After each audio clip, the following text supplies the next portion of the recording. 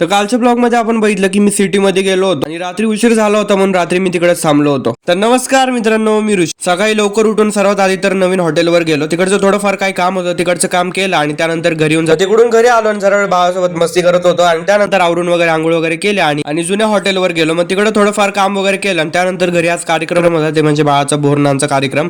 मग इकडे गौरी आणि मी तयारी करत होतो. बाकी सगळी तयारी तर झाली होती, फक्त हेच डेकोरेशनचं वगैरे काय काय करायचं होतं. आणि हा जो पडदा तुम्ही बघताय ना भाई साहेब, इतका वेळ आम्ही ट्राय करत होतो, बसत नव्हता. मग डबल टेपनी कसं तरी तो फिरवला, व्यवस्थित बसवला आणि बरंच काय काय डेकोरेशन सामान सुद्धा आणलं होतं मामानी. मग ते सगळं मग पटपट गौरीने आणि मी इकडचं सगळं आवरून वगैरे घेतलं आणि त्यानंतर आम्ही घराकडे जाण्यासाठी निघालो होतो. आणि घरी येत असताना ना बसमध्ये मी रील्स बघत होतो, त्यामध्ये ना खायच्या व्हिडिओ भरपूर होत्या. त्यामध्ये एक व्हिडिओ आली मला पनीरची. आणि माझं इतकं मन करत होते, मम्मीला फोन केला आणि मम्मीला म्हटलं की मम्मी मला पनीर खायचं. मम्मीने म्हटलं की स्वयंपाक आधीच करून झालेला आहे, आता काय नाही भेटणार. झेप्टोवरून सामान मागवलं आणि मस्त पनीरची भाजी केली, जेवण वगैरे केले आणि दुसऱ्या दिवशी परत चाललो होतो सिटीमध्ये.